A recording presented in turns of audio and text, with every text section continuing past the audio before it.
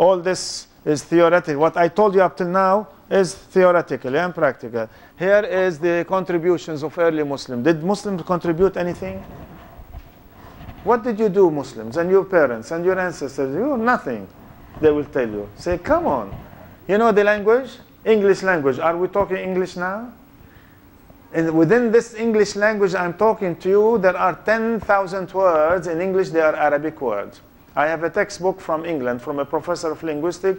The textbook talks about 10,000 words. In English, they are Arabic words. You want more than that? When I was in Spain, Madrid, I met a diplomat. I said, I have heard in Spanish language there are 30,000 words Arabic. He said, no. I felt as if I either insulted him or he's insulting me. He said, no, there are 100,000 words in Spanish language. They are Arabic words. And he started quoting for me. Even Madrid is an Arabic word. California, by the way, is an Arabic word. Did you know that? Did you know that California came from two words, caliph and Onya? Onya is a house and caliph is a khalifa. And in Santa Barbara, north of Los Angeles, there is a city called Santa Barbara. At the top of the hill, there is a house which is designed by the Spaniard when they came. Anyone who is employed by the government, like a mayor, a governor, or whatever, is to live in a house of the Khalifa. So the house of the Khalifa, the house of the Khalifa, the house of the Khalifa. So they have the house of the Khalifa in Santa Barbara, which means Onya, Caliph, California, California. Alhambra, Alameda, and anything. You know, you have lots of Hispanic people in Florida, yes or no? You see, you speak with them, camisa, subata, pantalona, all these are Arabic words, and tell them that you and us have similar language, whatnot. Mathematics, algebra, logarithm, calculus, all these are invention of the early Muslim. Geography, navigation, astronomy, chemistry, physics, medicine, arts, poetry, economics, and social sciences. Now, the difference between our ancestors with these scientific pioneering and Western society of today, what makes a scientist today to do a research? Fame, reputation, and money. Yes or no? Huh? Mateen? Yes or no? Is Mateen here? Huh?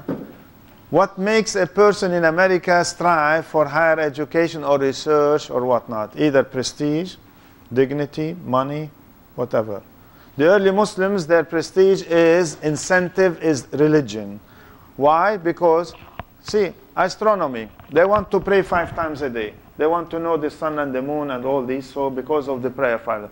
The navigation, is there navigation? They want to go for Hajj, so they had to go with the geography, and so on and so forth. Mr. Reagan, you know Mr. Reagan? Is he still alive? Yeah. Mr. Reagan, he has a theory. What is the theory of economics? Called Reaganomics. Reaganomics, huh? Reagan. You know what did he say? He said there is an Arab philosopher, social scientist, whose name is what? Ibn Khaldun, who said in order to bring inflation down, you should make more industry, more job, and then people will work and produce more, and there is less inflation and less unemployment. The Zionist in America told Mr. Reagan, what? You have no other but an Arab to quote an Arab? Don't you have better than Arab to quote him? Huh? An Arab, huh? Ibn Khaldun. Ibn Khaldun was not an Arab, was a Muslim. But Ibn Khaldun philosophy brought 900 years ago or 1,000 years ago, saying that if you want to bring inflation down and unemployment down and produce more, make more job for people. Next. Yes. I was just going to ask, isn't architecture part of the... Of course, architecture is part of the best design of the early Muslims, and the Muslims have designed the best masajid in the whole history. I wish we bring you sometime different masajid. I have slides of masajid in different parts of the world. We have in our neighborhood in LA a professor, non-Muslim. His specialty is the masajid of the whole Muslim world. Beautiful. Professor Maroney, he came and with us on the TV and he spoke about 3 levels, either the history of the whole masajid or the city of the masajid or the suburb masajid and the big jami', why it is a big jami'. That is his specialty, a non-Muslim, you see. And really, early Muslims, the architect is the best in the world. Designing of the architect and beautifying the masajid with all the calligraphy of Quran even is the best of all. Now, that is cities of enlightenment where Europeans were in decadence. You see, if I want you to go, when you go home, open your scientific books and see the introduction. Most of the introduction of any science and technology textbook, they tell you about the Renaissance of Europe. Before Renaissance, there was nothing on this planet Earth. They don't tell you about Indian philosophy unless you take a course in philosophy. They don't tell you about what the Indian, the Chinese, the Greek, and everybody, and the Muslims have done. They tell you Renaissance, as if there was nothing on this planet Earth except Renaissance. See, it's ringing. It's ringing because I have given the instruction at 9:30 I should.